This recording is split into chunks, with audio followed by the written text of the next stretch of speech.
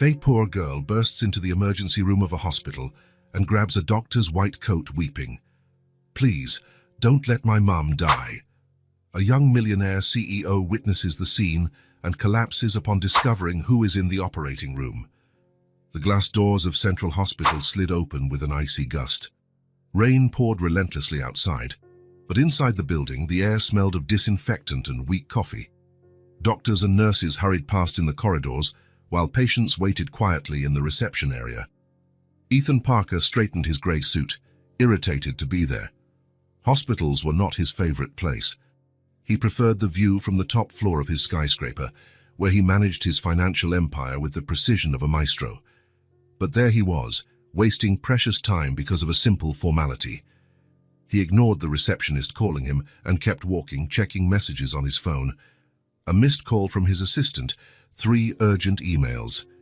The stock market numbers were going up. His empire grew by the minute, even while he was stuck in that place in which smelled of sickness and worry.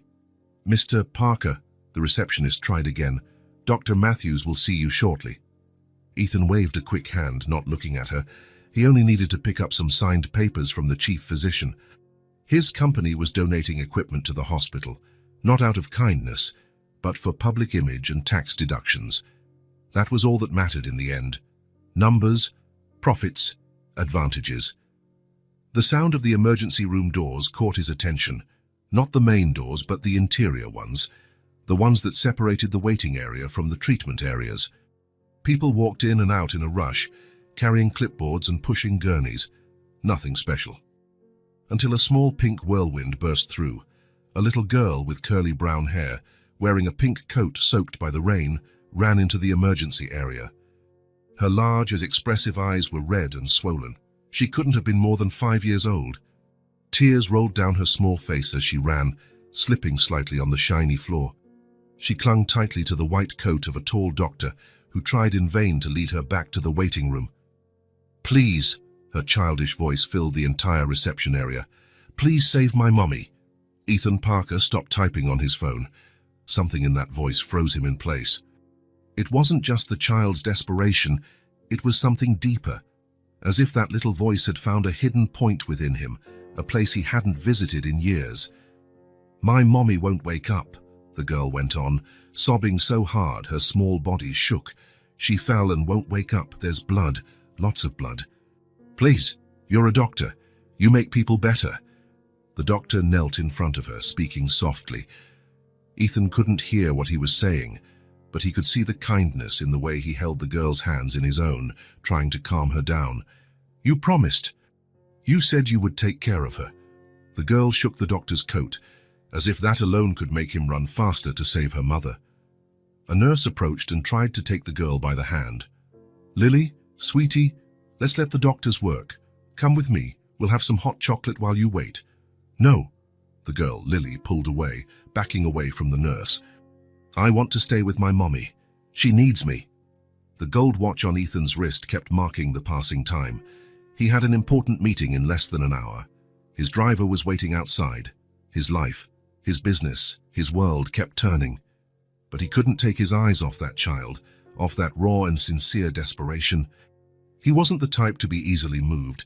You don't reach the top of the financial world by feeling sorry for people. Ethan Parker was known not for compassion, but for calculated coldness and ruthless decisions. So why did that child's crying affect him so deeply? "I promise," the doctor said calmly, "we're doing everything to help your mother. But you have to let us work, understand? The faster we do our job, the sooner your mum will get better." Lily wiped her tears with the sleeve of her coat, leaving dark stains on the pink fabric. She still clung to the doctor's coat, as though it was her only connection to her mother. "Is she going to be okay?" she asked in a small voice, as small as she was. The doctor hesitated for a moment, long enough for Ethan to realize how serious the situation was. He recognized that hesitation. It was the same he had whenever he had to tell an employee they were fired, or an investor they had lost everything. "We're doing our best," the doctor finally replied. The words hung in the air like an unspoken sentence. Ethan felt a knot in his stomach. That response would never satisfy a desperate child, but it was the most honest possible. Lily let go of the doctor's coat, and he was immediately called back into the emergency area. Something was happening inside, something urgent. Two nurses ran in the same direction. Ethan heard a code being announced on the hospital's PA system. The nurse tried again to take Lily's hand, but she dodged, leaning against the white hospital wall and sliding down until she was sitting on the floor. Her little feet, in Velcro sneakers, didn't reach the floor when she sat in the chairs. "Mommy's going to be okay," she whispered to herself, rocking back and forth. "Mommy always gets better. She promised never to leave me." Ethan frowned. Something was off about this scene. For the first time, he noticed what he should have from the start. The girl was alone. Completely alone. He looked around, searching for some worried adult, someone who might rush over to help that child. But the waiting room was full of people absorbed in their own problems, their own pain. He approached the receptionist, who was typing furiously on her computer. "That girl," he said quietly, nodding toward her. "She's all by herself." The receptionist glanced at Lily and sighed.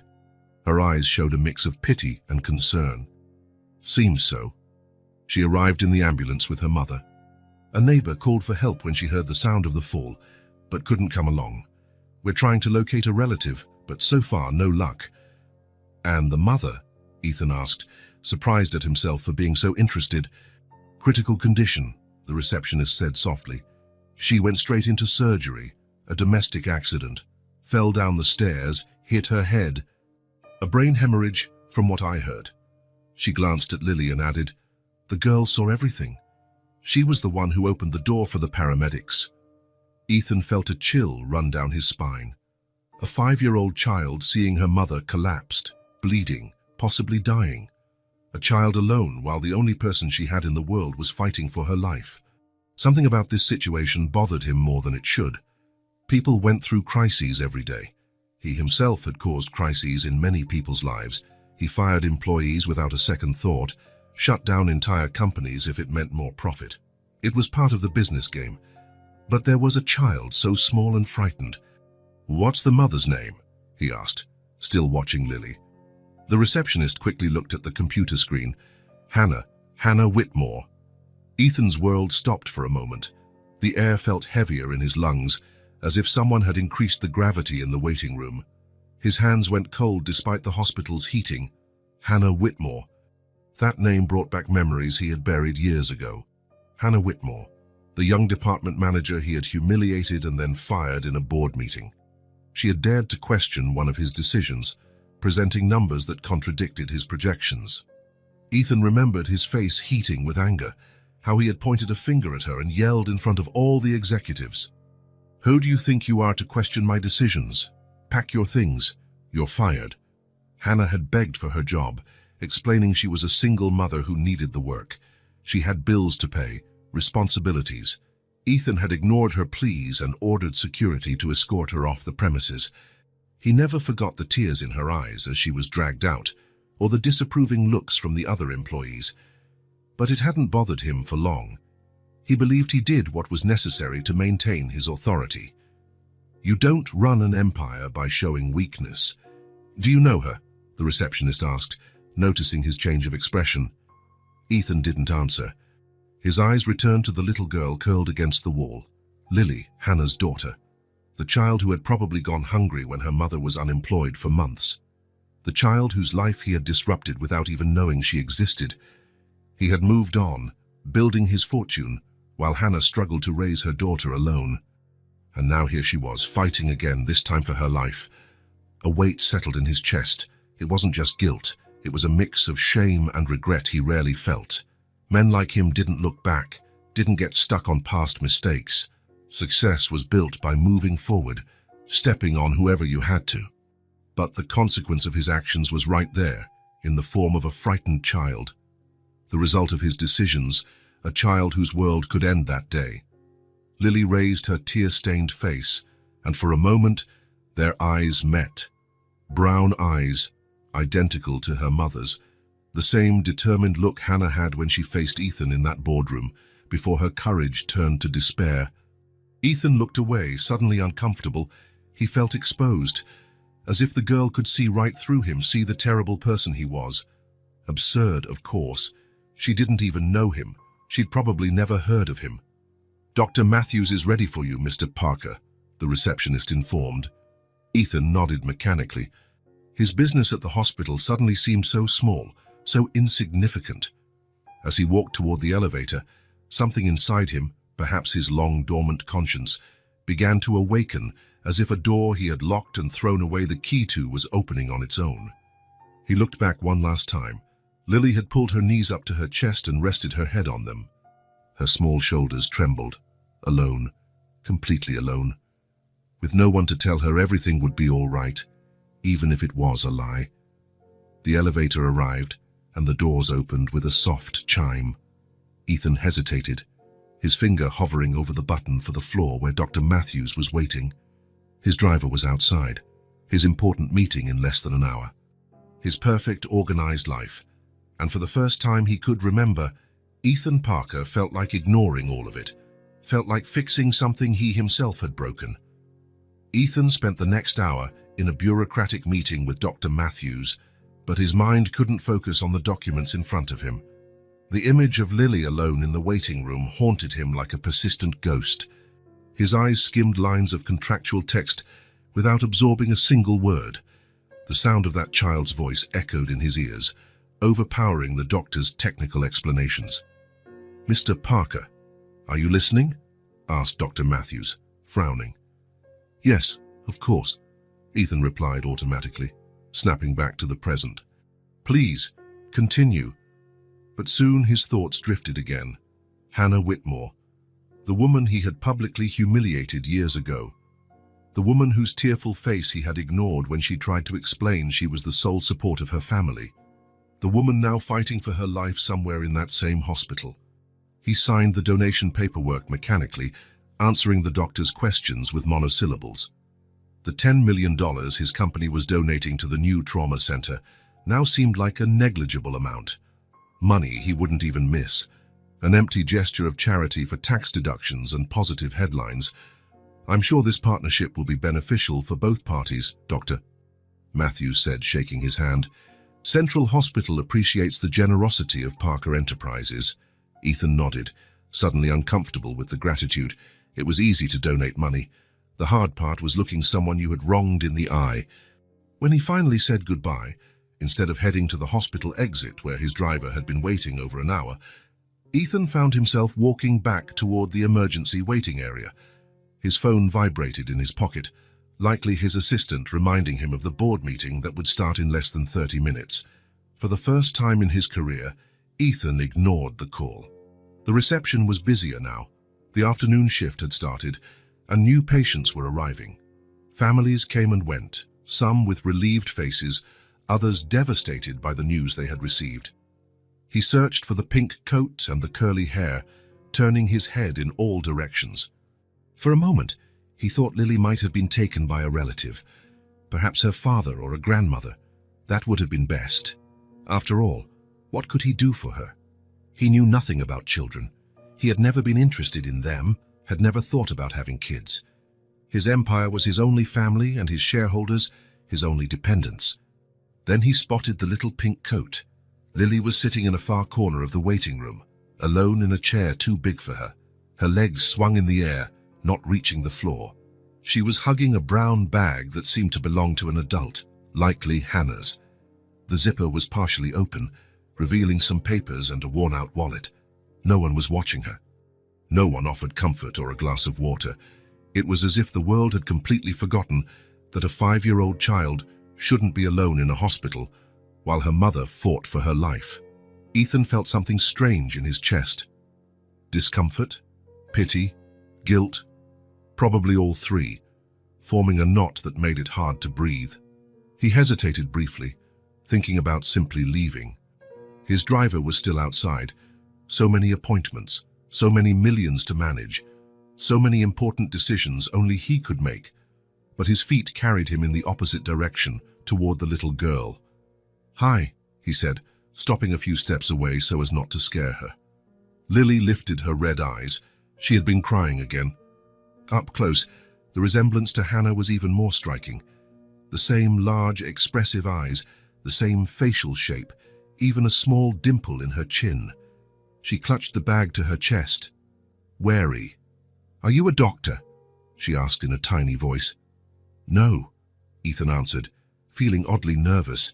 He, who dominated entire conference rooms of powerful executives with a single look, felt uncomfortable in front of a 5-year-old.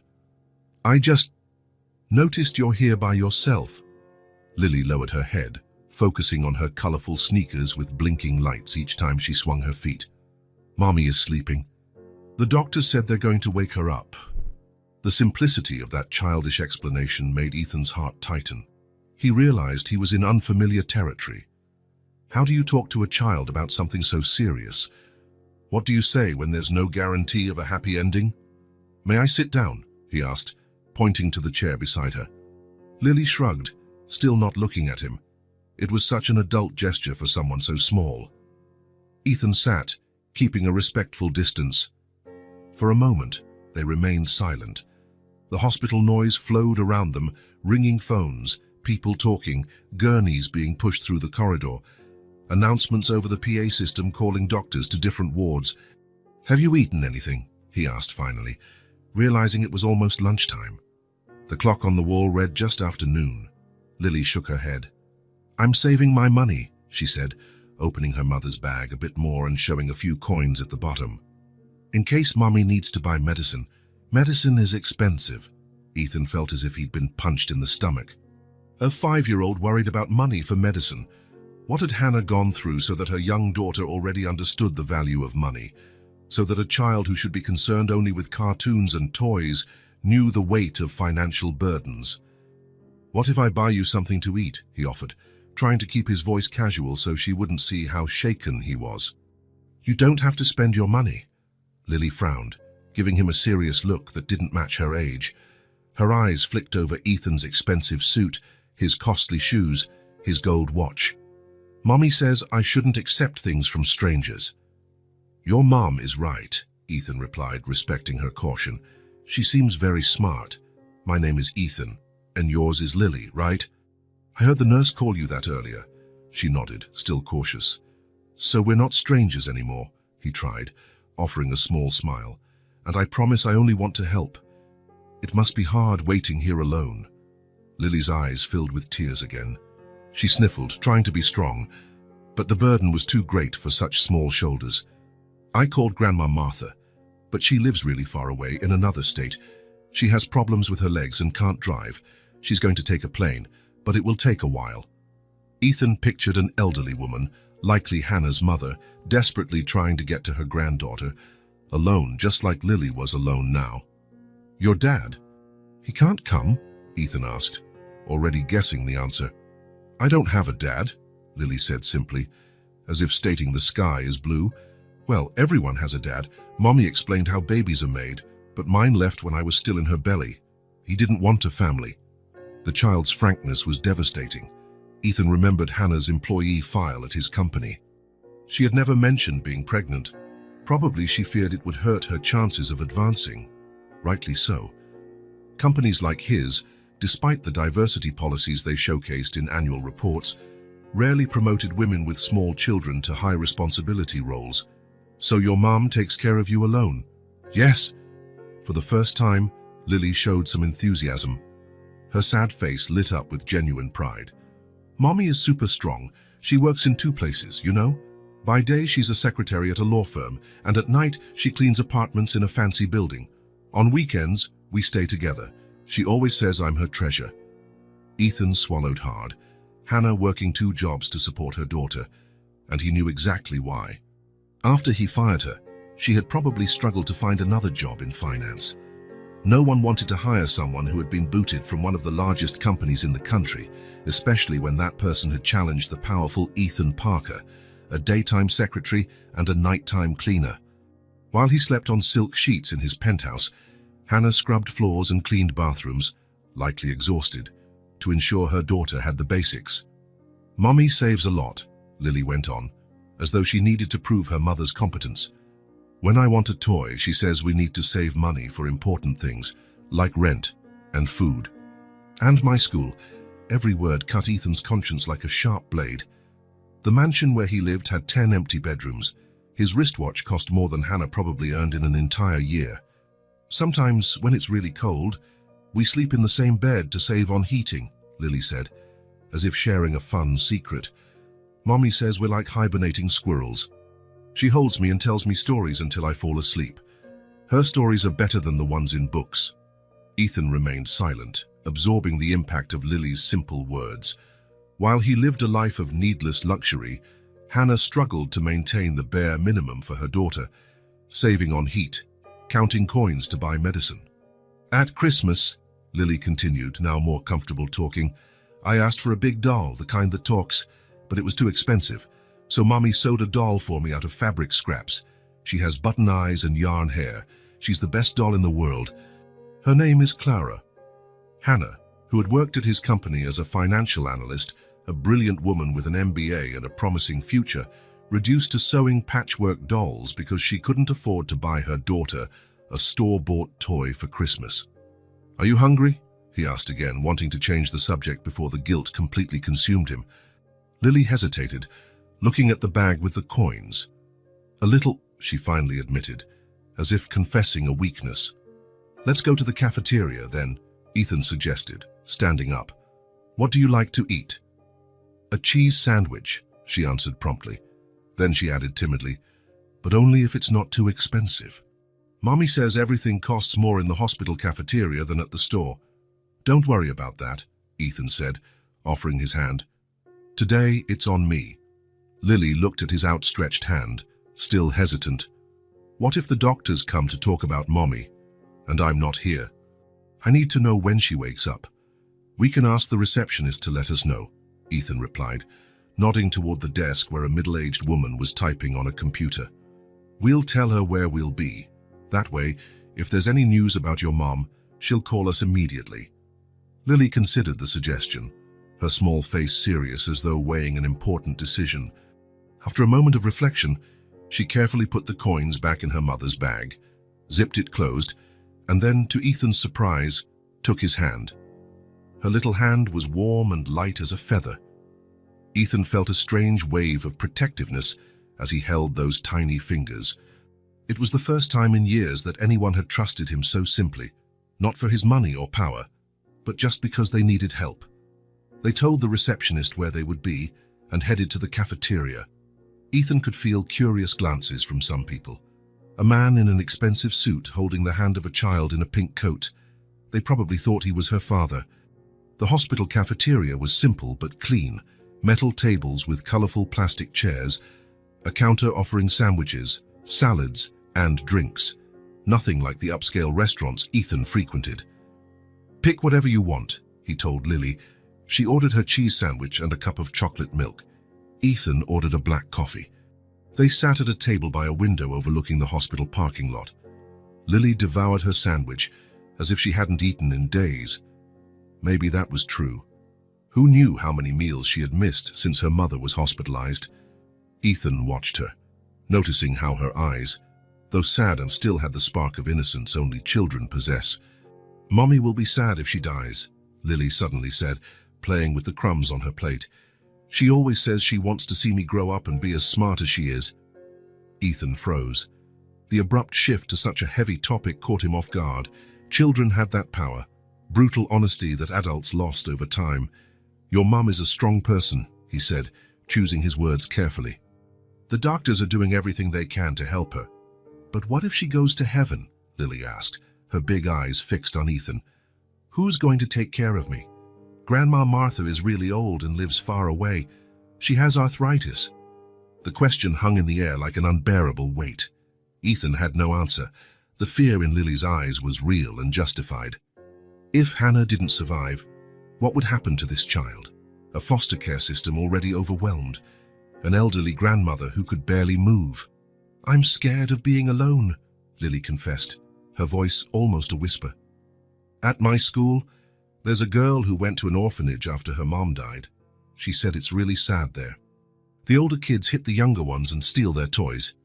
Ethan felt his heart tighten. He was partly responsible for this situation. If he hadn't fired Hannah, maybe she wouldn't have needed 2 jobs. Maybe she wouldn't have been so tired she fell down the stairs. Maybe she would have had better health insurance that guaranteed proper treatment. Last month, Lily went on, our refrigerator broke. Mommy cried at night when she thought I was asleep. She had to use all our savings to buy a used fridge. Now we don't have any money saved for emergencies. Mommy said it'll be hard to pay the hospital. Every word was a silent accusation. Ethan recalled the multi-million-dollar bonuses he handed out to his executives, the yacht he'd bought last year and used only twice, the collection of sports cars in his garage. Lily, he said, leaning forward, you don't have to worry about money right now, and you won't be alone. The words came out of his mouth before he could think about what he was promising, but when he saw Lily's hopeful face turned toward him, he knew he wouldn't take it back. Promise, she asked with the seriousness only a child has when asking something so important. I promise, Ethan replied, and for the first time in many years, he made a promise he genuinely intended to keep. Lily looked at him for a long moment, as if assessing the sincerity of his words. Then slowly, a small smile appeared on her face. It wasn't a fully happy smile. There was still so much fear and worry in her eyes, but it was a hopeful one. Thank you, she said, and that simple gratitude weighed more than all the accolades Ethan had ever received in his life. He glanced at his watch. The board meeting had already started 20 minutes ago. His phone was buzzing incessantly in his pocket. The world outside kept turning, demanding his attention, time, and decisions. But for the first time, Ethan Parker was exactly where he needed to be. The shrill sound of an alarm echoed through the hospital corridors. Doctors and nurses hurried, while the people in the waiting room froze, looking toward the commotion. Lily, who had been coloring a book Ethan bought at the hospital gift shop, looked up, startled. What's that? She asked, eyes wide. Ethan tried to keep his expression calm, despite the tightness in his chest. It's just a hospital alarm. Don't worry. But he knew it was more than that. Over the last few hours, he'd learned to recognize different hospital sounds and codes. That specific alarm, accompanied by the metallic voice announcing a code blue, meant an emergency. Someone was in cardiac arrest. Time seemed to stretch as they waited. Lily went back to coloring, though with less enthusiasm. Ethan kept checking his watch, counting the minutes. It had been nearly 5 hours since they arrived, and they still had no concrete news about Hannah, just vague updates that she was in surgery. 15 minutes later, a tired-looking doctor appeared at the waiting room door. His eyes scanned the area until he spotted Ethan and Lily. Family of Hannah Whitmore.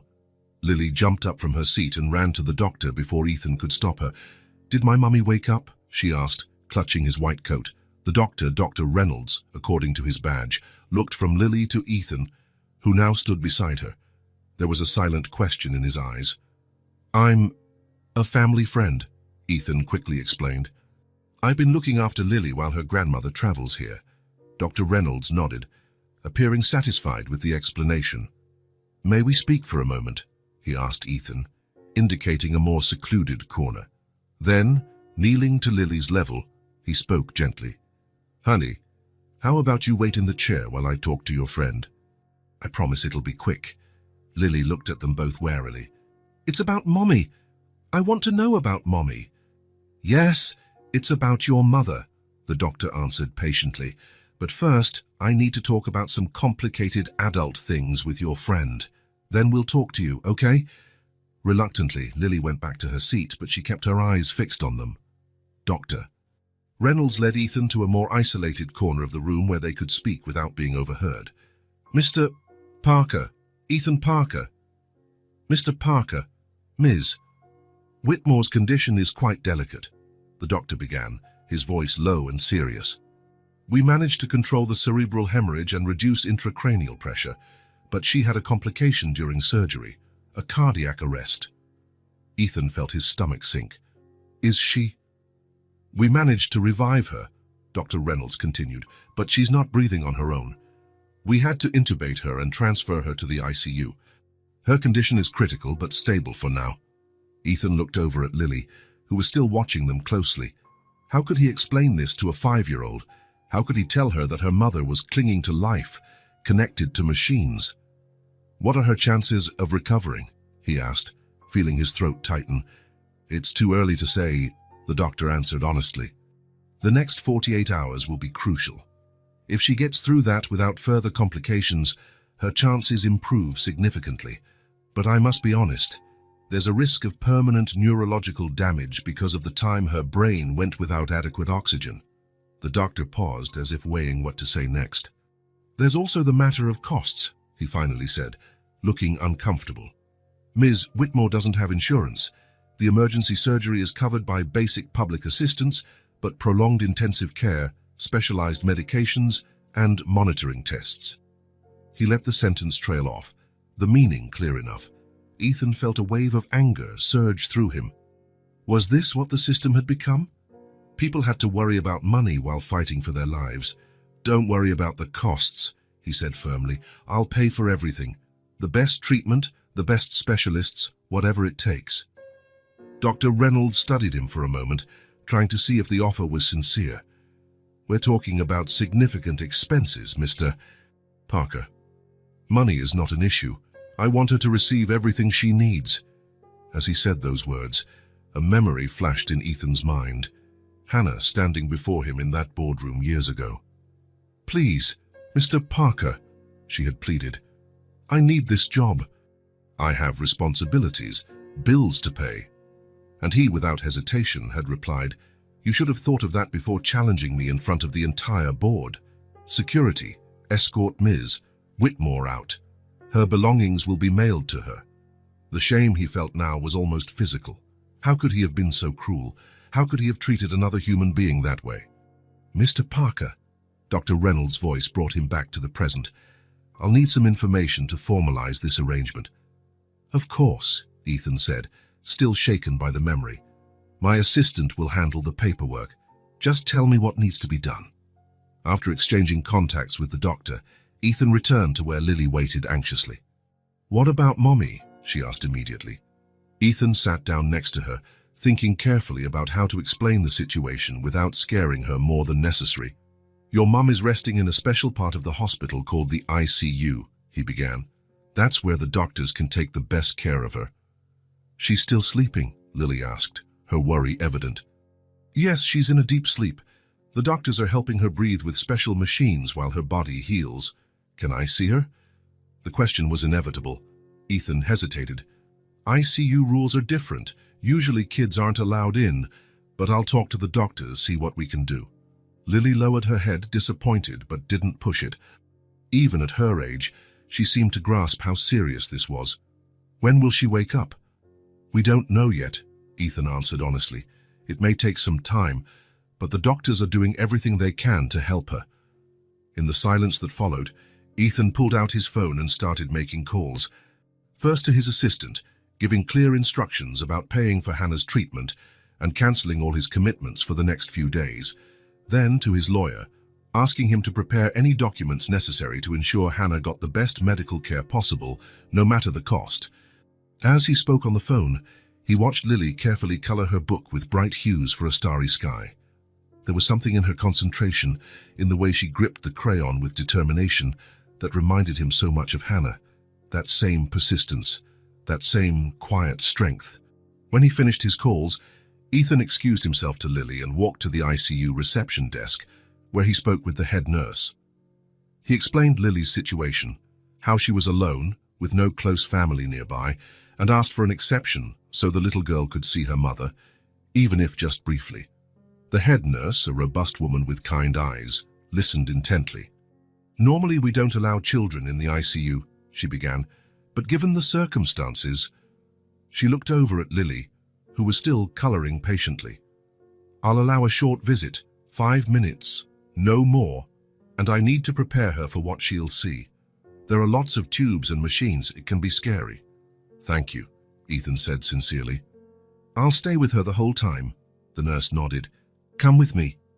Lily jumped up from her chair when Ethan called, dropping her crayons in her rush.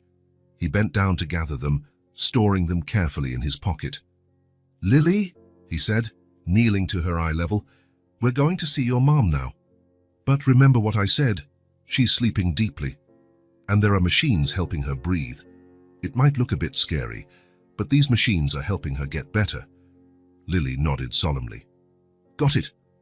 The nurse led them down a long, quiet corridor, arriving at an area with large glass doors.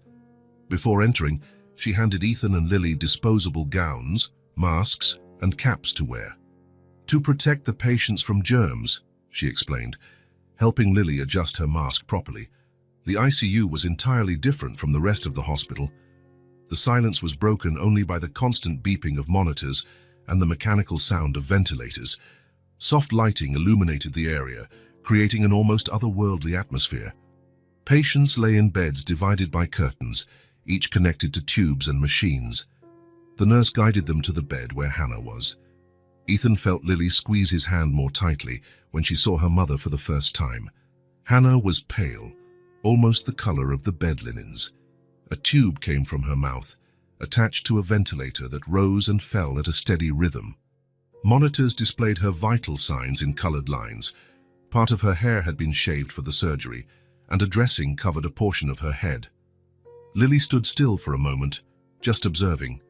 Ethan didn't know what to expect. Crying, screaming, maybe even fear. But Lily simply let go of his hand and approached the bed, stopping beside Hannah. "Hi, Mommy," she said quietly. "It's Lily. The doctor said you're sleeping so you can get better." Ethan felt a lump in his throat at the sound of Lily's small, calm voice speaking to her unconscious mother. "I'm okay," she continued. "There's a man named Ethan taking care of me. He bought me a cheese sandwich and a coloring book." Lily reached out and gently touched Hannah's fingers. "Don't worry about anything, okay? Just get better soon. Grandma Martha is on her way. I'm being brave, like you always taught me." The simplicity and purity of those words hit Ethan like a physical blow. Here was a 5-year-old facing what could be the worst crisis of her life, with a dignity many adults lacked. A dignity he, with all his money and power, had never shown. "I love you, Mommy," Lily finished, kissing her mother's fingers gently. The nurse, who had kept a respectful distance, approached again. "We need to go now," she said kindly. "But you can come back tomorrow for another short visit." Lily nodded, stepping away reluctantly.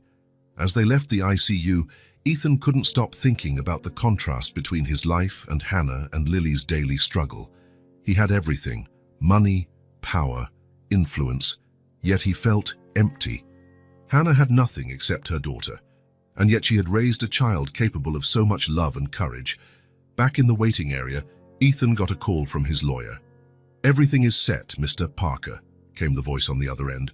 "The hospital has been informed. All costs for Ms. Whitmore's treatment will be covered, with no cap on expenses." "Thank you, Charles," Ethan replied. "There's something else I need you to do." He explained what he wanted: a dedicated financial trust for Hannah and Lily, a substantial sum that would ensure they never had to worry about money again. Lily's education, a home, a monthly stipend, everything necessary for security and comfort. "And Charles," he added before hanging up, "I want it done anonymously. Hannah must not know the money comes from me." After the call ended, Ethan observed Lily, who had resumed coloring her book. She chose bright colors, creating a vivid world on paper, a world where perhaps her mother was fine and happy. As he watched, Ethan reflected on his own life. He had built a financial empire, but at what cost? How many people like Hannah had he crushed along the way? How many Lilies had suffered because of his ruthless decisions?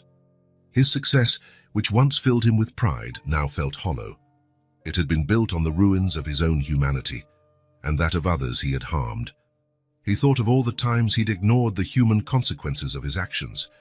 Mass layoffs when he acquired competing companies, the small businesses he had obliterated to increase profits, the lives he had impacted without a second thought.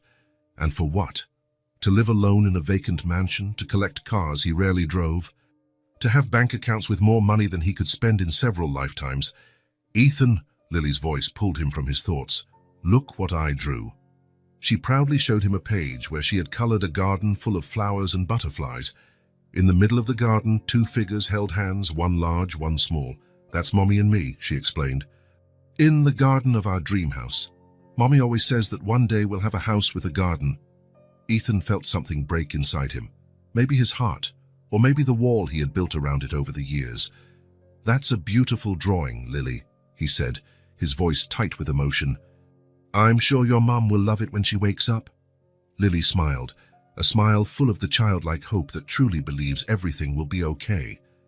It was a smile Ethan wanted to protect at all costs.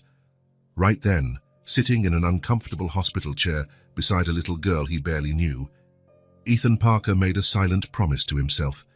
No matter what happened to Hannah, he would make sure Lily never again had to worry about her future. Even if they never knew it was him, even if he never got a thank you, he would do whatever was necessary to fix at least one of the many lives he'd harmed. And maybe, just maybe, by helping Hannah and Lily, he could begin to find his own lost humanity.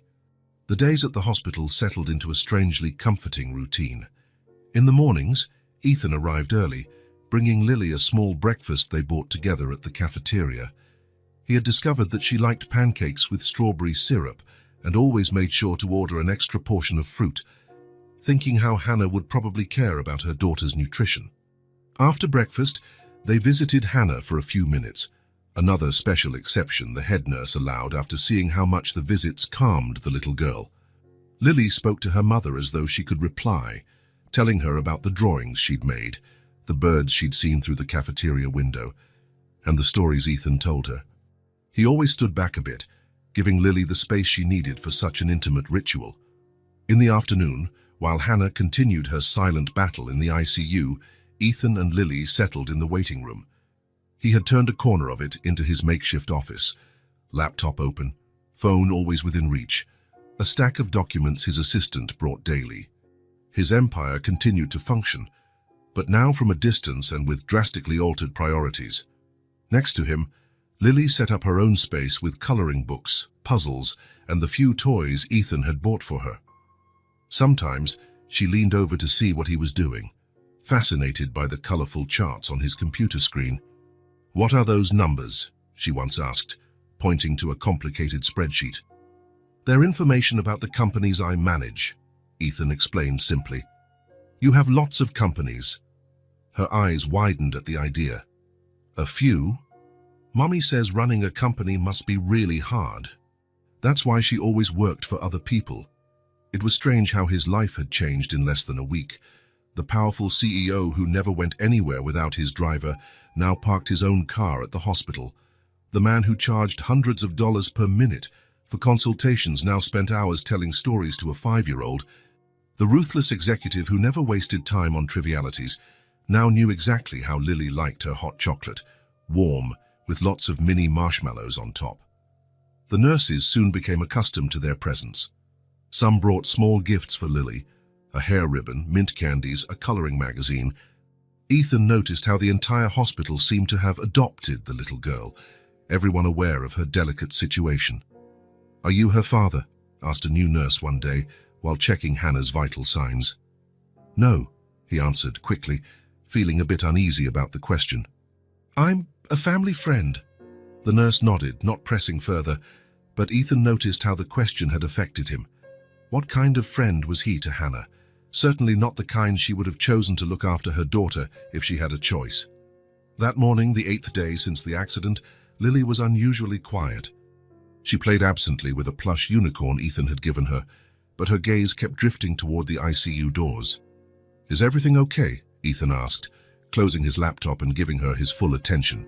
Lily shrugged, a gesture he recognized as her way of saying something was bothering her, but she didn't know how to express it. "You know what I did when I felt sad as a child?" he tried, sitting on the floor next to her, ignoring how his suit would get wrinkled. Lily looked at him with genuine curiosity. It was probably hard for her to picture Ethan as a child, as if he'd been born an adult in a suit talking on a phone. "You were a child once," Ethan laughed, surprising even himself.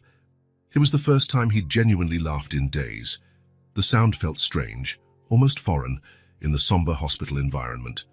"Believe it or not, I was, a long time ago. And when I was sad, my mum would tell me stories." "What kind of stories?" "Mostly adventure stories. About pirates and hidden treasure, knights and dragons." Lily's eyes lit up, like a cloudy sky letting through a sudden beam of sunlight. "Mommy tells stories too. She makes them all up. She doesn't need a book." "Really?" Ethan smiled, imagining Hannah creating magical worlds for her daughter after long days of working 2 jobs. "Which one is your favorite?" "The one about the girl on the moon," Lily replied promptly, her face brightening with the memory. "It's about a girl who lives on the moon and watches Earth, wanting to visit it. She becomes friends with a star that helps her come down here." "Sounds like a wonderful story." "It's the best," Lily affirmed, with the absolute conviction only a child can have. Then she added softly, as if sharing a precious secret, "Mommy says I'm like the moon girl, always dreaming of new places." Ethan felt a pang in his chest. In just a few days, he had learned more about unconditional love between a mother and a daughter than he had in his entire life of superficial, self-serving relationships. "Would you like me to tell you a story?" he offered, suddenly feeling inadequate for the task. Lily seemed to weigh the offer seriously, deciding whether Ethan could suitably take her mother's place in this important role. Her little eyes studied him with such intensity that he almost backed away. "Okay," she decided finally, settling on the waiting room rug. "But it has to be about a brave princess, not one who just waits to be saved." Ethan smiled. Of course, Hannah would have taught her daughter to value strong female protagonists. Even amid her own struggles, she was raising a girl who would never settle for the role of a damsel in distress. "Let's see what I can do," he thought for a moment, then began. "Once upon a time there was a princess named—" "Lily," the girl interrupted, her eyes shining for the first time that day. "Sure. Once upon a time there was a princess named Lily who lived in a kingdom far, far away." For almost an hour, Ethan improvised a story about a courageous princess who embarked on a quest to find a magical flower capable of curing any illness. Princess Lily confronted dragons who later became her friends, solved riddles left by ancient civilizations, and helped forest creatures, all to save her mother, the queen, who had mysteriously fallen ill. As he told the story, Ethan was surprised by his own creativity. He couldn't remember the last time he'd invented something solely for someone else's enjoyment. His presentations and financial spreadsheets were his adult version of storytelling, only far less magical and far more predictable. When he finished, with Princess Lily triumphantly returning to the castle with the healing flower, saving her mother and the entire kingdom, he realized the real Lily was watching him with a new look in her eyes, like she was seeing him for the first time. "You tell stories well," she said finally, a small smile on her lips. "Not as well as Mommy, but good enough." Coming from Lily, that was the highest compliment he could expect. Ethan felt a strange pride, so different from the satisfaction of closing a big deal or watching his stocks rise. "Thank you. Maybe we can continue the story tomorrow. See what other adventures Princess Lily will have." Lily nodded enthusiastically, but her smile soon faded, replaced by a shadow of concern. "What if Mommy wakes up tomorrow? Then she'll tell the stories again." The question was both hopeful and worried, as if Lily feared her mother's recovery might somehow disrupt this new ritual they'd created. "Then we'll have even more stories to tell," Ethan said gently. "You can never have too many stories, right? And I'm sure your moms are much better than mine." Lily seemed to ponder that, nodding slowly. "Yes, but your stories are good too. Maybe you two can tell them together when she wakes up." The idea of sitting with Hannah, inventing stories for Lily, seemed as impossible as it was comforting. Ethan couldn't imagine a scenario where Hannah would allow him to remain in their lives once she recovered. Why would she? He had been the villain of her real story. That afternoon, while Lily took a nap on the small waiting room couch, exhausted after a morning of storytelling and coloring, Ethan seized the chance to visit Hannah alone. There was something he needed to say, even if she couldn't hear him. The ICU was calm at that hour. The steady beeps of monitors created a monotonous, almost hypnotic melody. Hannah lay motionless, still on the ventilator, her skin pale against the white hospital sheets. Ethan pulled up a chair and sat beside her. Since the accident, he had been in that room many times, but always with Lily. He'd never been alone with Hannah. "Hi, Hannah," he began, his voice barely above a whisper. "I'm not sure if you can hear me." "The doctors say maybe you can." He paused, looking at her serene face. Even in that state, as with part of her hair shaved and tubes in her mouth, she still had the dignity he remembered. Your daughter is amazing, you know. She's strong like you, smart too, and she has a huge heart." He swallowed hard. "You've done a wonderful job raising her, Hannah. Even with everything, all the hardships he had caused, the unspoken words weighed in the air like lead. I'm taking care of her while you recover. I know I'm not who you'd choose, but I promise I'm doing my best." Ethan looked at his own hands that had signed the memo firing Hannah, hands that now helped her daughter color pictures and build block castles. "Lily told me about the Moon Girl story. She said it's her favorite." For a moment he was silent, listening to the machines. Then, without really planning, he started talking about the last few days. He told Hannah about Lily's drawings, the toy nurse uniform they'd bought at the hospital gift shop, how she loved watching birds outside the cafeteria window. As he spoke, something strange happened. The pressure reading on Hannah's monitor began fluctuating slightly, not drastically, but enough for Ethan to notice. "Hannah," he called, leaning forward. "Can you hear me?" The monitor kept registering small variations, as if something inside Hannah was responding. Maybe it was a coincidence, maybe not. "I'll keep taking care of Lily until you get better," he promised. "And I'll make sure you both have everything you need afterward. I know I can't undo what I did, but I can at least try to do something right now." Just then, the ICU door opened, and Dr. Reynolds entered with 2 nurses. Their grim faces immediately told Ethan something was wrong. "Mr. Parker," the doctor said, his expression serious, "we need to perform some procedures on Ms. Whitmore. Could you give us a moment?" Something in the doctor's tone set off alarms in Ethan's mind. This wasn't just routine. "What happened?" Dr. Reynolds hesitated, glancing at the nurses already checking equipment and preparing supplies. "We've detected a possible post-surgical infection. The tests show a significant rise in inflammatory markers, and her temperature is going up. We're starting an aggressive antibiotic regimen, and we need to do some additional procedures." "Is it serious?" Ethan asked, though he already knew the answer. "In a patient in her condition, any complication is concerning," the doctor said frankly. "An infection can spread quickly and compromise multiple organs, but we're acting fast. It's the most we can do right now." Ethan nodded, feeling a huge weight on his shoulders. He glanced at Hannah one last time before leaving. The machines kept track of her heartbeat, fragile yet persistent. "We'll do everything we can," Dr. Reynolds assured. Returning to the waiting room, he found Lily still asleep.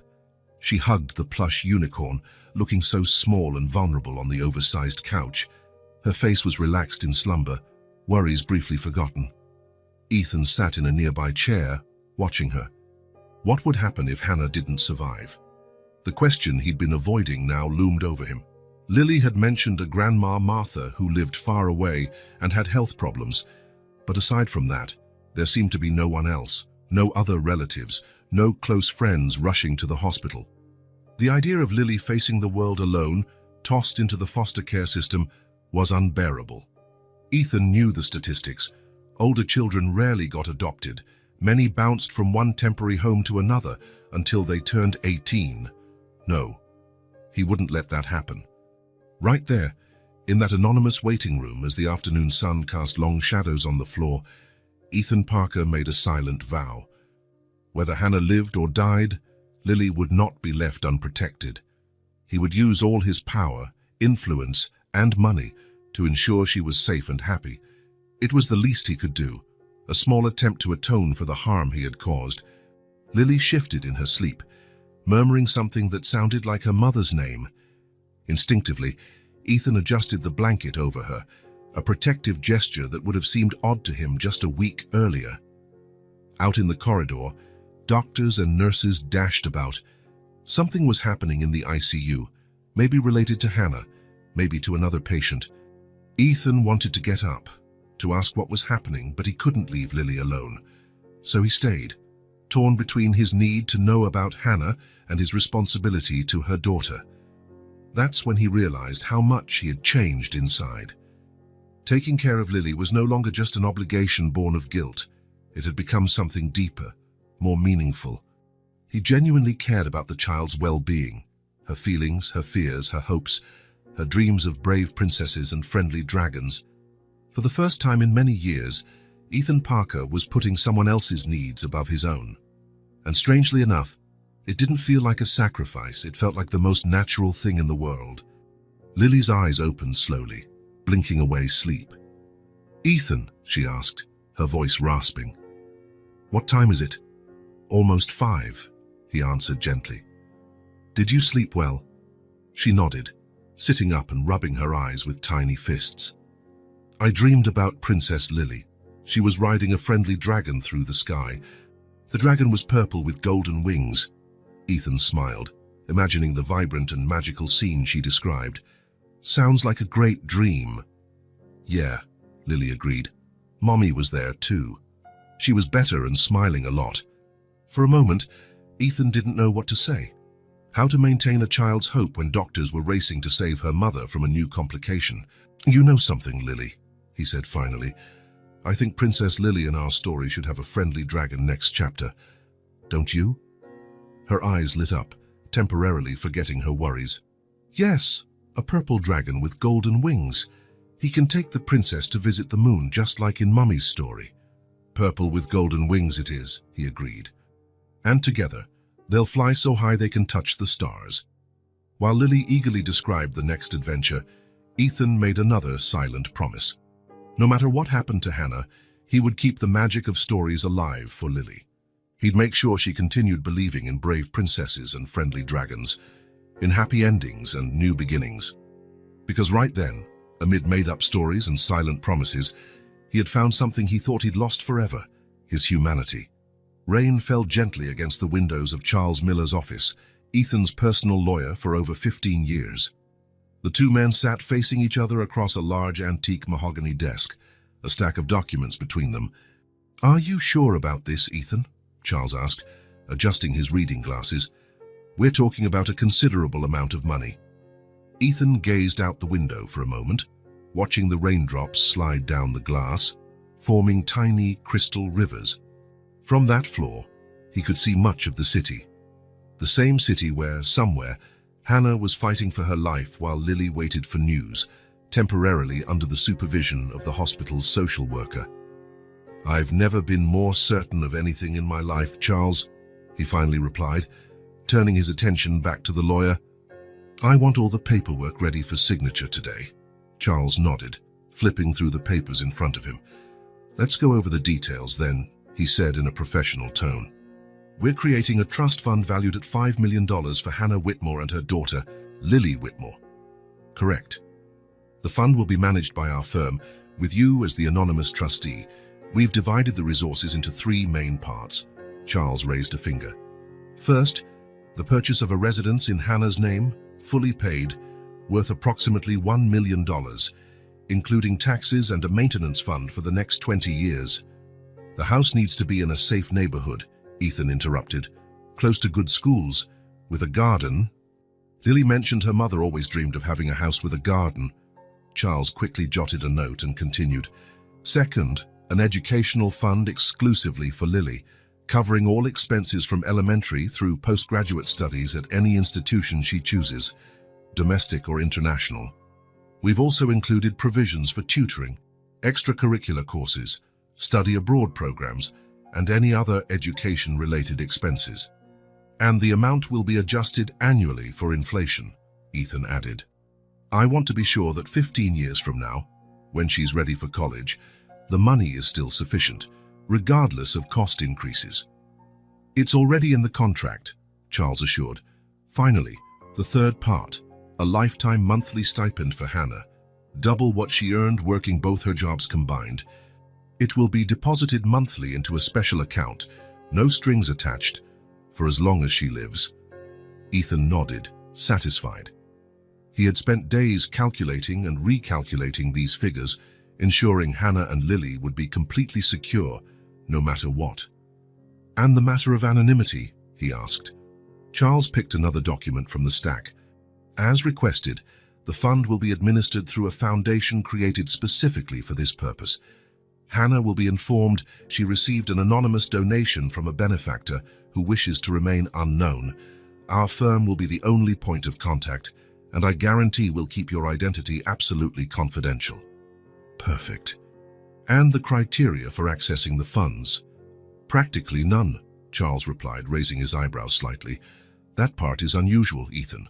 Normally, trusts like this come with dozens of clauses and conditions. Are you sure you don't want to establish any requirements?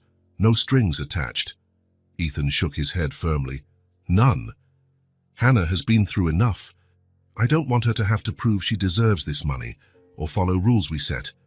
She'll know better than anyone how to use it." Charles studied him for a moment, clearly intrigued by his client's atypical behavior. In 15 years working for Ethan Parker, he'd never seen him display such generosity without expecting something in return, especially not at this level of expense. "May I ask a personal question?" Charles ventured. "Go ahead." "Why are you doing this? I mean, $5 million is a lot, even for you. And from what I understand, this woman isn't even a close friend." Ethan was silent for a few seconds, considering how to answer. He hadn't told Charles about his past with Hannah, about how he'd unfairly fired her years ago, nor about the nights at the hospital caring for Lily while Hannah fought for her life. Some things were too personal, even for his trusted lawyer. "Let's just say I'm trying to balance the scales," he answered finally. "Some debts can't be paid with money, Charles, but it's the best I can offer right now." The lawyer nodded, not pressing further. He knew Ethan well enough to sense when to back off. "The documents will be ready for signature by the end of the day," he said, gathering the papers. "I'll prioritize this case personally." "Thank you." Ethan stood, adjusting his suit jacket. "And remember, Charles, no one can find out about this, no one. Absolute confidentiality, as always." Leaving the law office, Ethan felt a curious heaviness in his chest, not the guilt he had carried the last few weeks, but something else, something akin to peace or maybe hope. In the car on his way back to the hospital, he reflected on his decision. $5 million. For him, it represented little more than a few months' profit, but for Hannah and Lily, it meant a completely different life. A home of their own, no rent worries. Top-quality education for Lily, no limits. Financial security so Hannah could finally breathe. Maybe even pursue the dreams she'd abandoned when she became a single mother. All without them knowing it came from him. No public recognition, no gratitude, no chance at redemption in their eyes. Just the quiet certainty that, at least this once, he was doing the right thing. It was strange how that brought him comfort. Before the accident, before meeting Lily, Ethan would never have considered an anonymous donation. What was the point without public recognition? Without a picture in the paper, without a thank you from the institution? But now, the idea of helping without being identified felt purer, more meaningful. At a red light, his phone rang. It was Charles. "I had an idea," the lawyer said without preamble. "What if we included a letter along with the trust notification? Something that explains to Hannah why she's getting this money, without revealing your identity." Ethan considered the suggestion for a moment. A letter, words that might try to explain the unexplainable, justify the unjustifiable. "No," he finally replied. "No letters, no explanations. Just the money and the freedom to use it as she sees fit." Because in the end, Ethan thought as the light turned green and he drove toward the hospital, words wouldn't fix what he had broken years ago. But maybe, just maybe, actions could plant the seeds of a better future for Hannah and Lily. A future in which, for the first time in his life, Ethan Parker would be part of the solution, not the destruction. Days at the hospital turned into weeks. Ethan now knew every nurse by name, every corner of the waiting room, and could predict when the coffee machine would break. Usually on Wednesdays around 3 in the afternoon. What began as a temporary stay had become a routine. He and Lily created their own little world within those white, antiseptic walls. The saga of Princess Lily and her dragon with golden wings now stretched over many chapters, becoming more elaborate each evening. Ethan surprised himself with his own imagination, inventing characters, magical lands, and adventures that made Lily's eyes shine, even on the hardest days. Occasionally, other patients or family members stopped to listen, forming a small, unlikely audience for his stories. Hannah's condition had stabilized after the infection. The doctors managed to control it with potent antibiotics, but she remained in a medically induced coma, her body needing time to recover from the double trauma of the brain hemorrhage and the subsequent complications. Dr. Reynolds explained that, in cases like hers, patience was essential. The brain followed its own healing schedule. That morning, the 27th day since the accident, Ethan arrived at the hospital earlier than usual. He had gone home to change clothes and pick up some new toys for Lily. As he walked down the now familiar corridor, he noticed unusual activity in the ICU area. Nurses were rushing in and out of Hannah's room, and Dr. Reynolds was there, which was rare at this hour. Ethan's heart pounded. After so many weeks of waiting, his body was conditioned to interpret any change as a threat. He quickened his pace, approaching the nurse's station. "What's going on?" he asked Nurse Jensen, who had become an ally in looking after Lily. Her face broke into a genuine smile, the first hopeful smile Ethan had seen in weeks. "She's waking up, Mr. Parker. Her neurological signs improved significantly overnight, and she started showing responses to stimuli. Dr. Reynolds is gradually reducing the sedatives, and she's coming out of the coma." Ethan felt his knees weaken. He held onto the desk, trying to process the news. "She's conscious, talking. Not fully conscious yet, but responding. It's a gradual process. It could take hours or even days for her to become fully alert and oriented." The nurse placed a gentle hand on his arm. "But this is a good sign, Mr. Parker. A very good sign. Does Lily know yet?" "Not yet. The social worker took her to have breakfast in the cafeteria. We thought it best to inform her carefully. Waking from a prolonged coma can be confusing, sometimes scary for family members and especially children." Ethan nodded, understanding the caution. "Can I see her? Hannah, I mean." "Dr. Reynolds is finishing his evaluation. As soon as he's done, I don't see a problem. But be prepared, Mr. Parker. She'll still be on some equipment, and she might not recognize you immediately." The next hour was one of the longest of Ethan's life. He stayed in the waiting room, unable to focus on anything. His phone rang non-stop. Company matters that once seemed urgent now felt trivial compared to what was happening in that hospital. Finally, Dr. Reynolds appeared, looking tired but pleased. "Mr. Parker," he greeted with a nod, "I have good news. Ms. Whitmore is responding well to the decreased sedation. She's not fully lucid yet, but she opened her eyes a few times and seems to recognize verbal stimuli." That's wonderful," Ethan said, feeling an emotion he couldn't name. Relief? Joy? Or maybe fear of what came next? Any lasting effects? The doctor adjusted his glasses, choosing his words carefully. "It's too early for a complete evaluation. When patients awaken from prolonged comas, especially after cranial trauma, they can exhibit varying degrees of cognitive or motor impairment. Some recover all functions with time and rehabilitation. Others experience permanent deficits." Ethan thought of Lily, how she dreamed of the day her mum would come home. "But she'll get better, right? She'll be able to take care of her daughter again." "I'm cautiously optimistic," Dr. Reynolds replied. "Ms. Whitmore is young and was in excellent health before the accident. That's in her favor. And of course, the top-notch treatment she's received since the beginning makes a huge difference." Treatment Ethan had secured, using all his influence and resources to bring in the best specialists, the most advanced medications, the most attentive care. "May I see her now?" The doctor nodded. Briefly. "Try not to overwhelm her with information or questions. A calm presence is ideal right now." Ethan walked slowly toward Hannah's room, feeling oddly nervous. For weeks, he had talked to her while she was unconscious, telling her about Lily, about the hospital, about small daily things. This was different. She might look at him, recognize him, remember. As he entered the room, the first thing he noticed was the change in atmosphere. It felt lighter, less oppressive. Some of the equipment was gone, including the ventilator. Hannah was breathing on her own now, with just a thin oxygen tube in her nose. He approached the bed carefully. Hannah had her eyes closed, but her face looked different, less like the motionless mask of the past few days, and more like someone in a natural sleep. Her hair, which had been partly shaved, was starting to grow back, forming short, dark curls against the white pillow. "Hannah," he called softly, not really expecting a response. To his surprise, her eyelids fluttered. Slowly, as if each movement took immense effort, Hannah opened her eyes. Not fully, but enough for Ethan to see the deep brown of her irises, unfocused and confused.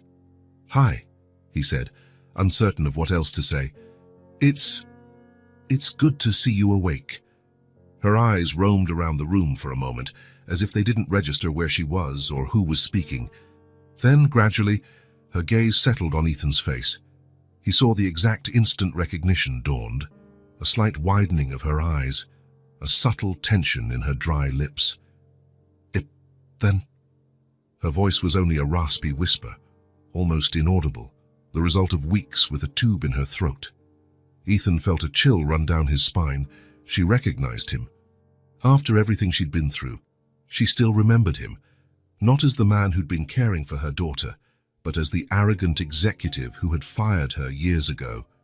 "Yes, it's me," he confirmed softly. A frown creased Hannah's brow in confusion. Her lips moved, trying to form words, but only weak sounds emerged. A nurse had left a cup of water with a straw on the bedside table. Ethan picked it up and carefully offered it to Hannah, who took a few small sips. Lie?" she finally asked, her voice still frail but full of concern. "She's fine," Ethan quickly reassured her. "She's having breakfast in the cafeteria. She's been here every day waiting for you to wake up." Hannah closed her eyes for a moment, as if absorbing the information. When she opened them again, they looked clearer.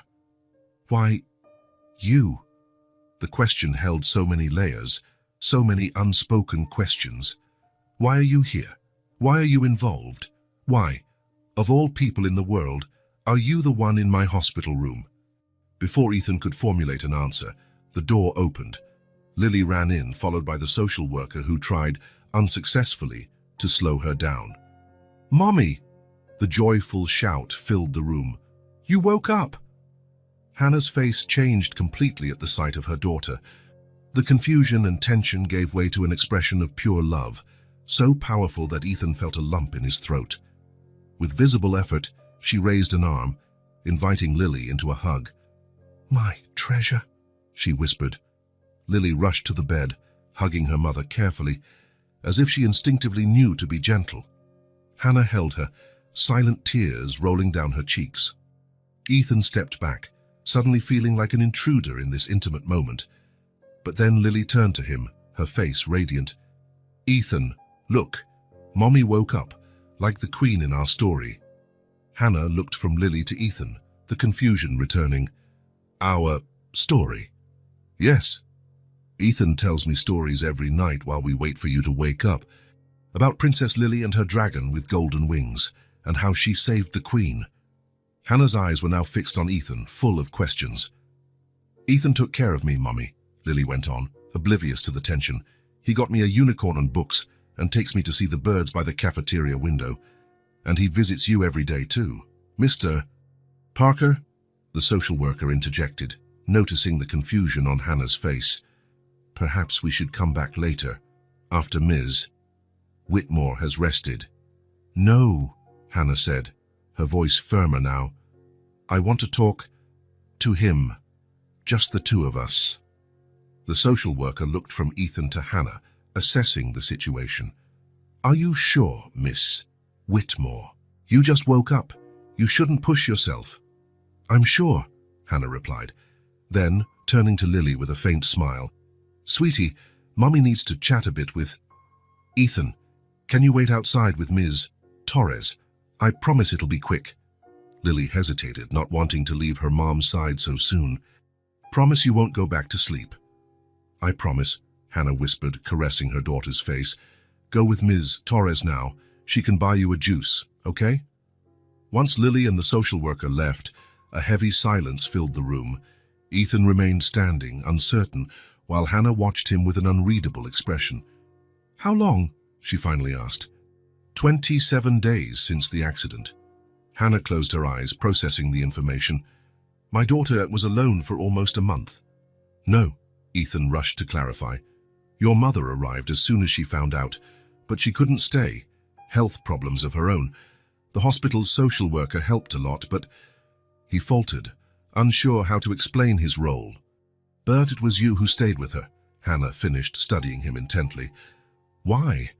It was the question Ethan had both expected and dreaded. How did he explain something he barely understood himself? How did he put into words the transformation that had happened within him since he first saw Lily in that emergency room? I was at the hospital the day of your accident, he began. I saw Lily all alone in despair. When I found out she was your daughter, I felt responsible. Responsible? Hannah repeated, a flicker of indignation giving life to her weak voice. I don't recall you feeling responsible when you fired me without just cause, destroying my career. Ethan lowered his head, taking the rebuke. There was no defense for what he had done. You're right, he admitted. What I did to you was unforgivable. I didn't expect forgiveness then, and I don't now. He paused, choosing his words carefully. But when I saw Lily, when I realized how badly she needed help, I couldn't just walk away. Hannah watched him for a long moment, her face reflecting an inner conflict. The doctor said I received top-of-the-line treatment, she noted. Specialists, experimental medications, procedures my basic coverage would never cover. Her eyes narrowed slightly. That was you, wasn't it? Ethan nodded. I paid for your treatment, yes, but not to redeem myself or buy your forgiveness. I did it because it was the right thing to do. Hannah looked away, fixing her gaze on the window where timid sunlight streamed in. Do you know what happened after you fired me? She asked, her voice steadier now. No one in the financial sector would hire me. Your name was too powerful, your influence too great. I had to start from scratch with a baby to raise. Every word was a razor to Ethan's conscience. He could only imagine what she'd endured. Sleepless nights, piling bills, constant fear of the future. I know nothing can undo what happened, he said. But I did something else besides paying for your treatment. Hannah looked at him, waiting. I created a financial trust for you and Lily. It's anonymous, managed by a law firm. It includes a fully paid house, guaranteed education for Lily from now through college, and a lifetime monthly income so you'll never have to worry about money again. Hannah's eyes widened in shock. What? Why, how? You'll be contacted by the firm once you're discharged, Ethan continued. They'll explain all the details. The money is yours, no strings attached. Use it however you see fit. I can't accept that, Hannah said, shaking her head weakly. It's too much. Feels like a bribe. It's not a bribe, Ethan insisted gently. And you don't have to decide now, just know that it's there, available whenever you need it. Hannah closed her eyes again, looking exhausted from the conversation. When she opened them, there was a new determination in her gaze. I don't know what to say, Ethan. Part of me wants to refuse anything that comes from you. Another part thinks about Lily, about the opportunities it would give her. She took a deep breath. I need time to process all of this. Of course, he agreed immediately. Take all the time you need. A lighter silence settled between them. Through the window, they could hear birds singing, a small reminder that the world outside went on, oblivious to the drama unfolding in that hospital room. Lily seems to like you a lot, Hannah commented, a mild tone of surprise in her voice. Ethan smiled softly. She's amazing. Smart, brave, imaginative. You've done a wonderful job raising her. A faint ghost of a smile appeared on Hannah's lips. She's my whole life. I know this doesn't erase what I did, Ethan said after a moment, his voice raw with sincerity. But I hope it gives you a fresh start. A life without the hardships I caused. Hannah studied him quietly, as if trying to see past the surface and find the truth in his words. I'll call Lily back, she said finally. She must be anxious. Ethan understood the conversation was over and nodded, standing up. I'll go get her. When he returned with Lily, the girl ran straight into her mother's arms, full of stories to tell, questions to ask, love to give. Ethan lingered near the door, sensing his time there had come to an end. I have to go now, he announced softly. Lily turned, surprised. But you'll come back, right? To finish the dragon story, Ethan looked at Hannah, whose expression was neutral. That depends on your mother, Lily. You can visit if you want, Hannah said, surprising him. She'll obviously miss you. It was more than he expected or deserved. Thank you, he replied. Truly grateful. Lily hopped off the bed and hugged his legs. Bye, Ethan. You're my friend, you know. Ethan bent down, returning the hug carefully. You're my friend too, Lily, one of the best I've ever had. When he straightened, he noticed Hannah watching him with a complex expression, not exactly forgiveness or acceptance, but something close to understanding. Thank you, she said simply, for taking care of her. For us everything. Ethan nodded, respecting the dignity with which she handled the situation. Even in vulnerability, after all she'd been through, Hannah possessed an inner strength he could only admire. As he left the hospital that afternoon, Ethan walked to his car with a lighter step. The crushing weight of guilt was still there, but it felt less suffocating. In the distance, the sun began to set, painting the sky in shades of orange and pink that reminded him of the dragon's colors in the stories he told Lily. My friend, she had called him, with the sincerity only children possess. Friend. A simple word containing a world of possibilities Ethan had never considered for himself. Turning the ignition, he felt a strange sense of hope blossom inside him. Maybe, just maybe, there was still time to become the kind of person worthy of that title, the kind of person Lily saw in him. For the first time in a long while, perhaps for the first time in his adult life, Ethan Parker felt he could be someone better, someone worthy of a child's trust. Someone capable not only of building fortunes, but of fixing what he had broken along the way. And to his surprise, that possibility felt more valuable than any deal he had ever closed. The house was exactly what Lily had dreamed of. 2 stories of light brick, large windows letting in abundant natural light, and most importantly, a garden. Not just any garden, but a generous expanse of grass, ready for colorful flowers, and a small apple tree near the back, which, according to the realtor, would produce sweet fruit in the fall. Is it really ours, Mom? Really? Lily asked, eyes wide as she ran across the freshly cut lawn, her brown curls bouncing with each step. Hannah watched her daughter from the porch, still leaning slightly on the cane the doctors insisted she use during her recovery. 3 months after waking from the coma, she still faced some challenges, occasional headaches, slight balance issues, and momentary memory lapses. But the doctors were optimistic. With time and proper therapy, they believed she would regain nearly all her functions. Yes, honey, it's really ours, Hannah replied, feeling the spring sun warm her face. No one can take it from us. Safety. It was a feeling Hannah had forgotten. After years of struggling to keep up with rent, dreading every increase and every unexpected bill, every illness that might force her off work, she now had this, a home of her own, bills paid, and the certainty that Lily would have all the opportunities she deserved. The law firm had explained the details of the trust fund a week after her hospital discharge. Initially, she nearly refused. It seemed unreal, excessive, almost suspicious. But then she thought of Lily and everything she could now offer her daughter and realized her pride could not stand in the way of that. The attorney upheld the donor's anonymity, but Hannah knew. Even if Ethan had never confirmed it during that hospital conversation, she was aware of the extent of his fortune and influence. No one else had the resources to create a trust of that magnitude. No one else had the motive. Mom, can I have a swing on that tree? Lily called out, pointing to the apple tree. Sure, sweetie, Hannah replied, smiling. We'll plan our garden just the way we want it. A week later, the garden began taking shape.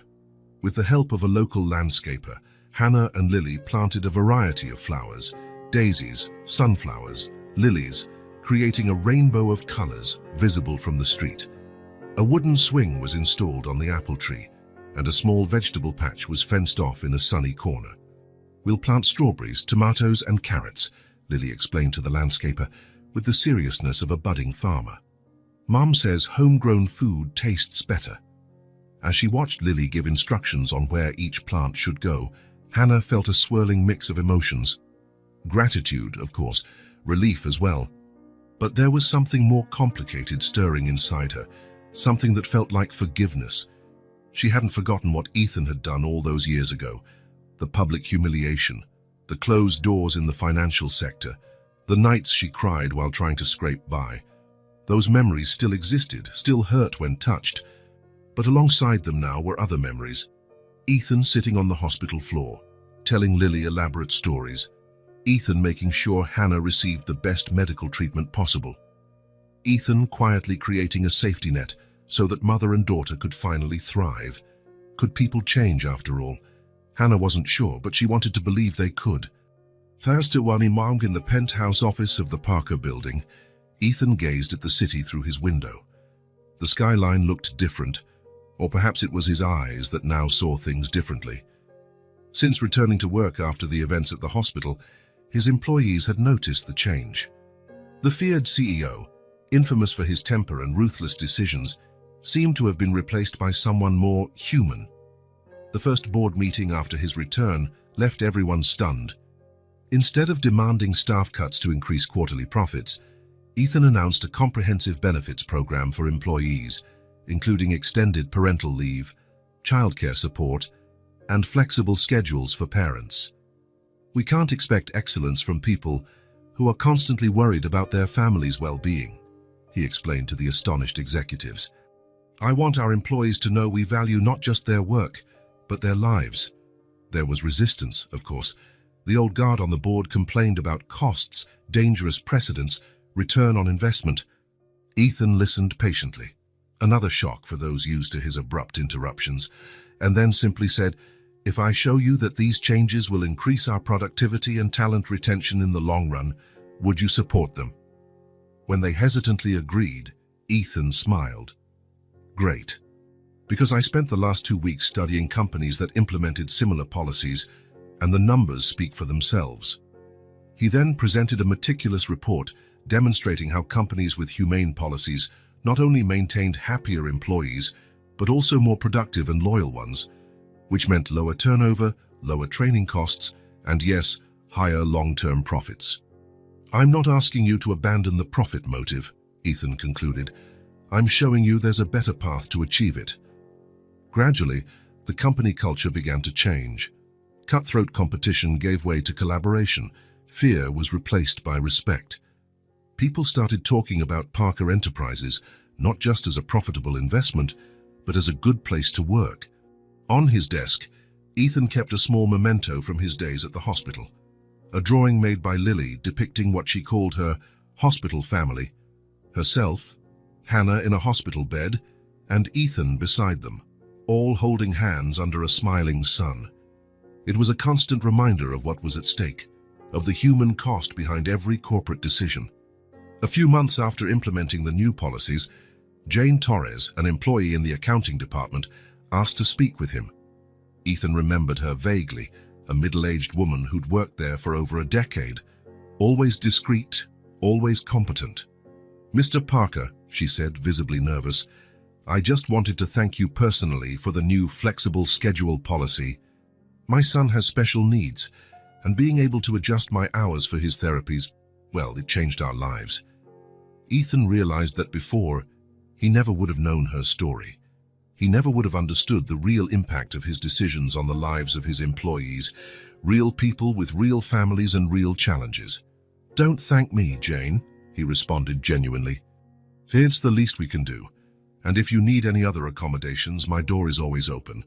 At home, the changes were even more profound.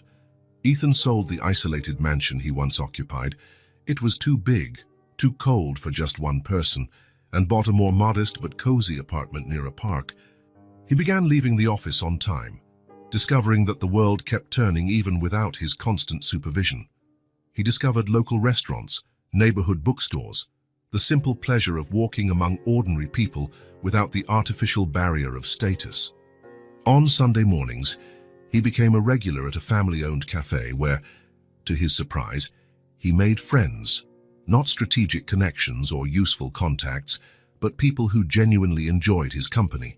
The Ethan Parker who once measured his worth by his bank balance and by the fear he inspired was slowly disappearing.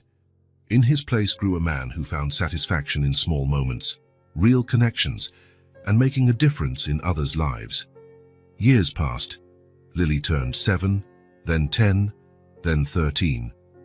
Hannah fully recovered from her injuries and, over time, found a new purpose. Using part of the trust as initial capital, she opened a small children's bookstore in the city center, where she held weekly story time sessions. The Moon Girl tales, once told only to Lily, now enchanted dozens of children.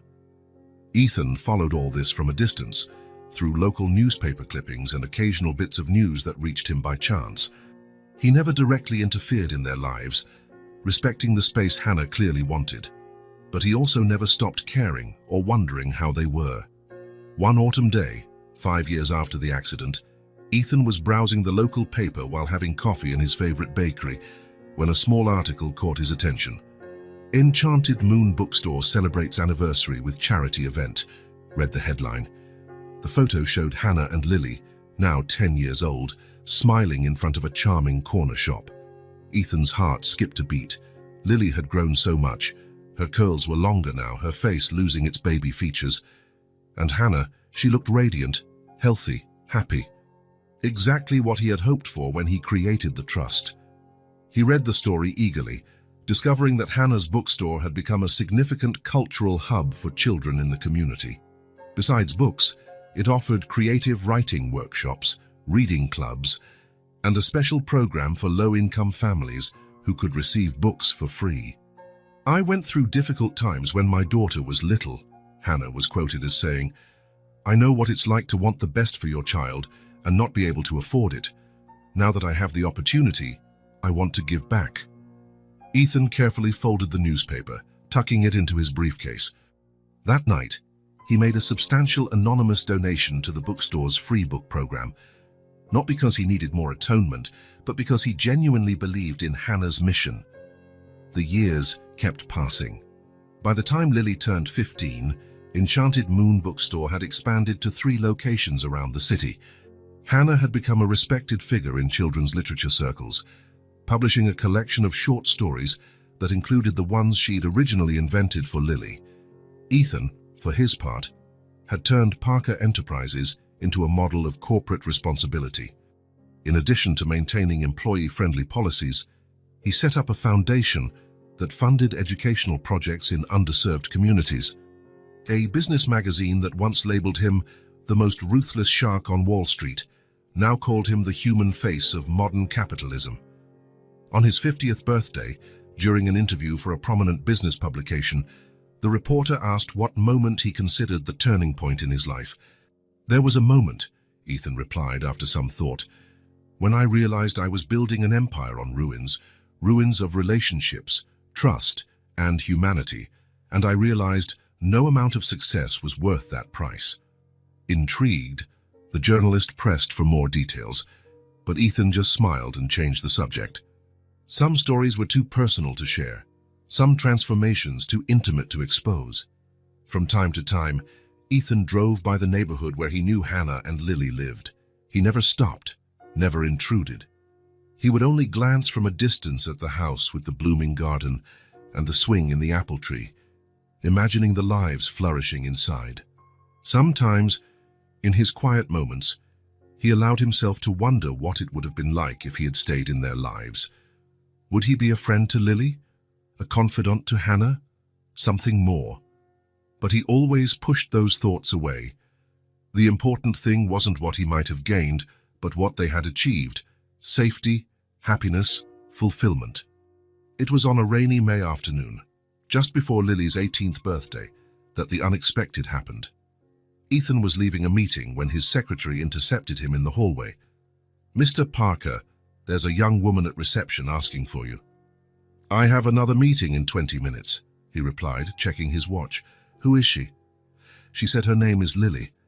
"Lily Whitmore." Time seemed to freeze. Ethan felt his heart race. "Please, cancel all my appointments for the rest of the day and bring her to my office immediately." Minutes later, he stood face to face with Lily. She was no longer the 5-year-old clutching coins for medicine, but a confident young woman on the verge of adulthood. Her brown curls were pinned in a loose bun, and her eyes, the same expressive ones he remembered, regarded him with a mix of curiosity and determination. "Hi, Ethan," she said, her voice carrying echoes of the child he once knew, but also the maturity of someone nearly 18. "I'm not sure if you still remember me." "Of course I remember," he answered, his voice suddenly hoarse with emotion. "How could I forget? But what brings you here? Does your mother know you've come?" Lily smiled, a smile so reminiscent of Hannah's that Ethan felt a pang in his chest. "She does. Actually, she helped me find you." Lily pulled an envelope from her purse. "I'm here to give you this in person." With slightly trembling hands, Ethan took the envelope. Inside was an elegant invitation to Lily's graduation party.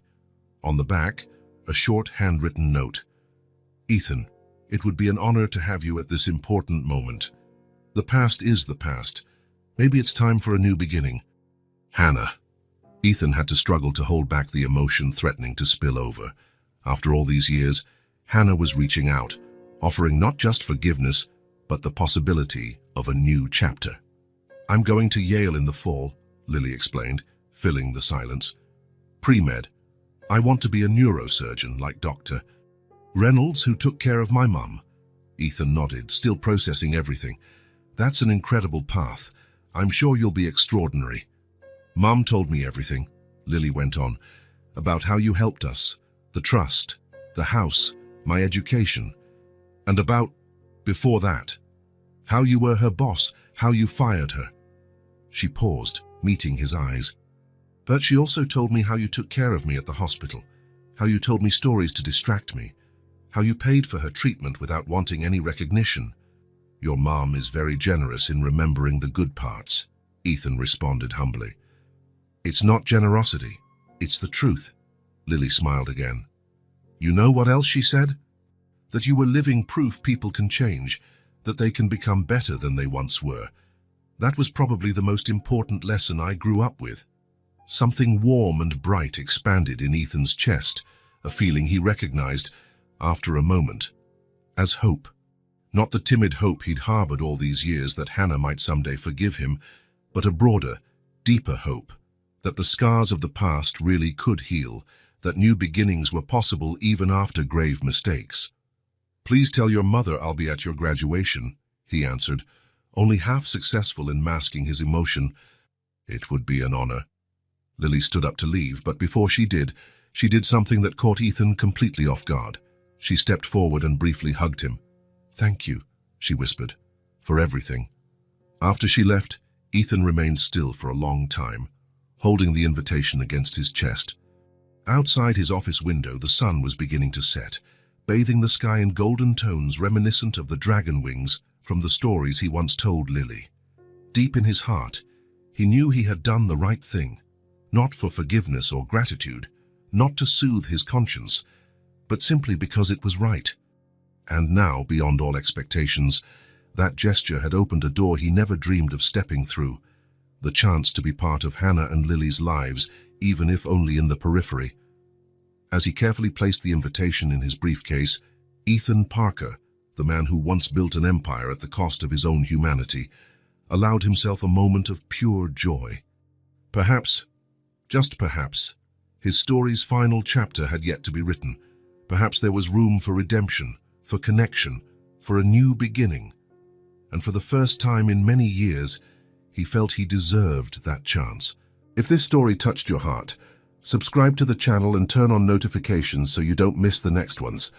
Leave a like because it helps this story get recommended to more people. See you in the next story.